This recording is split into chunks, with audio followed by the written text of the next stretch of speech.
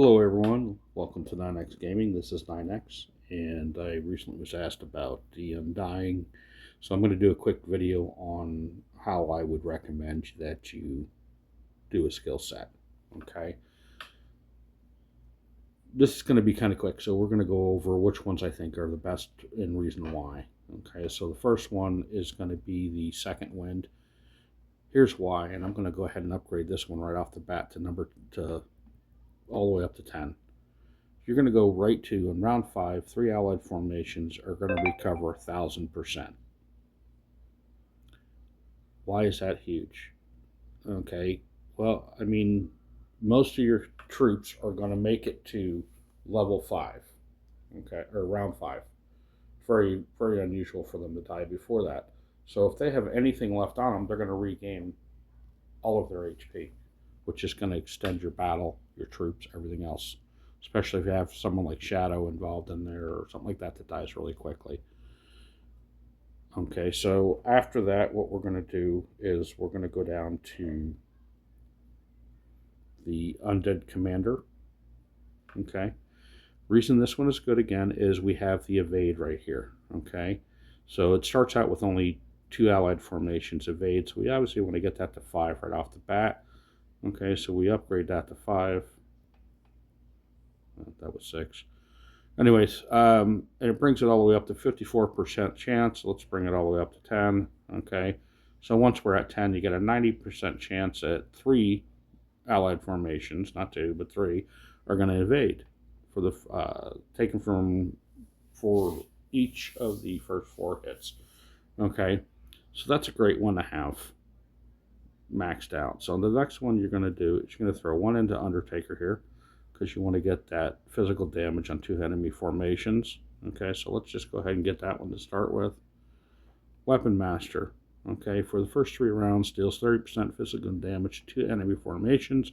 So you're going to get two formations here. So in addition to attacks, they have the stun at 5. So we want to get this one up to 5. Okay, which I don't have enough on it because he's only level 5. So you would increase this up to 5. Okay, then after that you go back to Undertaker and start upgrading Undertaker. So you're basically going to go 10, 10, 1, 5, rest in here. The thing I like about Undying is always going to be the fact that you put him as your tank, get him built up with some command gear, and you're going to get that 1,000%. Okay, when we go to stats, you're going to see that there's a huge increase. Now there's two different pieces of equipment you can use in the first slot. I use the Noldor sword. Reason being is I have the Reckoning being used on a different hero, and I don't want to have to keep flipping back and forth, or I might be having them in the same formation, and it's just easier to use for me to use this sword. Again, this is going to have to do with personal preference here. I have several Casks of Pride, so I've gone ahead and put a Cask of Pride on here. Sorry, Cask of the Submerged. And then the High Elf Hellbrook.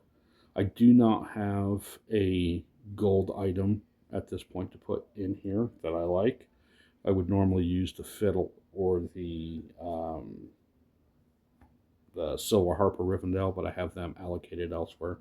So I don't have that on here, but as I get the equipment, I'll switch that out. These are just some of recommendations for them. Obviously, you want to do your own research and check it out, see what's going to work best for you. This is definitely a hero that I'm going to be doing some more research on in the next upcoming season.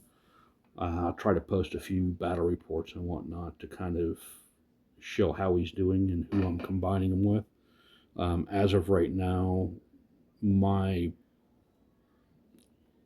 team that I'm going to run is probably going to be the Undying. We're going to do Saruman, and Dane is what we're going to try out to start with. So we're going to see how that goes. We're going to give it a go, and we'll post some reports. I'll get about 10 reports, and we'll look at how they did and go from there. Again, thanks for watching. Please like and subscribe, and have a good day.